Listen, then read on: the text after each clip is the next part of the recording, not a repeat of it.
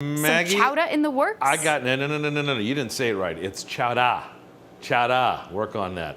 This is such a great event. I've been happy and proud to say I've been coming to it for years. Chowdafest has been going on for 11 years down on the shoreline, and it is happening in a week in change, Sunday to 30th, out in Westport. We're gonna. I want you to meet the guy behind it. Can we say you're the king of the chowda? I've been called the chowder guy. You've been called a lot of things, yeah. Oh, yeah, that's true. This is Chip Keenan. We say hello to you. And then Bob Kunkel is the owner and managing partner of Harbor Harvest. That's correct. He's going to do something with the chowder in a second that I'm really kind of curious about. I'm not going to lie to you. So good morning to you, sir. Let's talk about Chowderfest first. 11 years strong. You started out in a church and have grown significantly since then. We started out with about 200 people in a local church annex and moved on to a local high school and then the arena and Harbor Yard and sold that out in 30 minutes. And now we hold it at Sherwood Island State Park and get 15,000 people. Can you believe that? How do you get 15,000 people together? You got to have some good chowder and soup. Oh, absolutely. We spend months going around all over New England to hand select restaurants that have great chowder, soup, and bisque.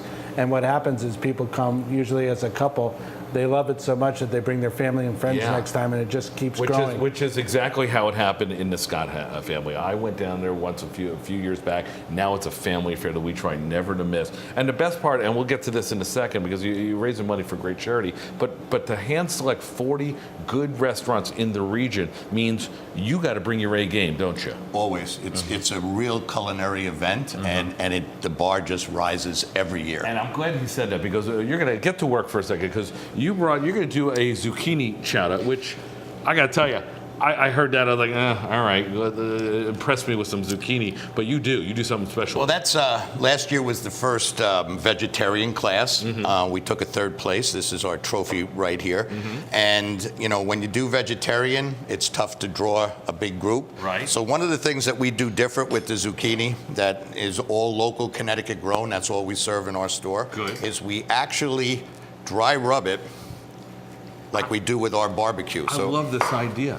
So we let this actually sit overnight for a lot of the zucchini that we're doing, and it brings a whole new flavor. Is that going to dry out the zucchini though? No, because we're going to add some vegetable broth when we actually cook it, and it's going to bring that flavor.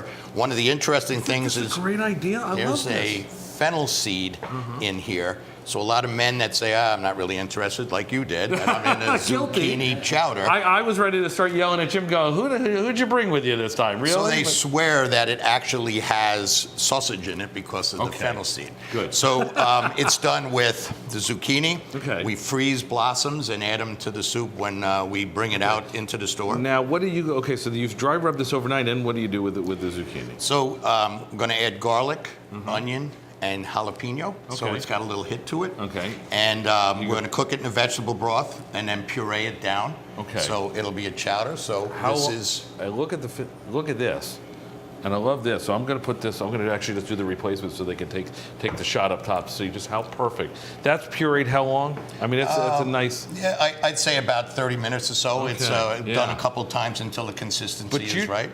But you don't. This is now. You serve this cold or warm? No, it's warm. It is warm. So Okay. warm. You got something else over there though that I'm kind So of the way that Jim, runs his events is that's a special day on the Chowderfest, but they also create what we call the Chowder Trail. Okay. So every store that either wins a trophy or gets into play or starts to have a nice little piece of history with Chowderfest joins the Chowder Trail. So this is my executive chef, Randy Dunn.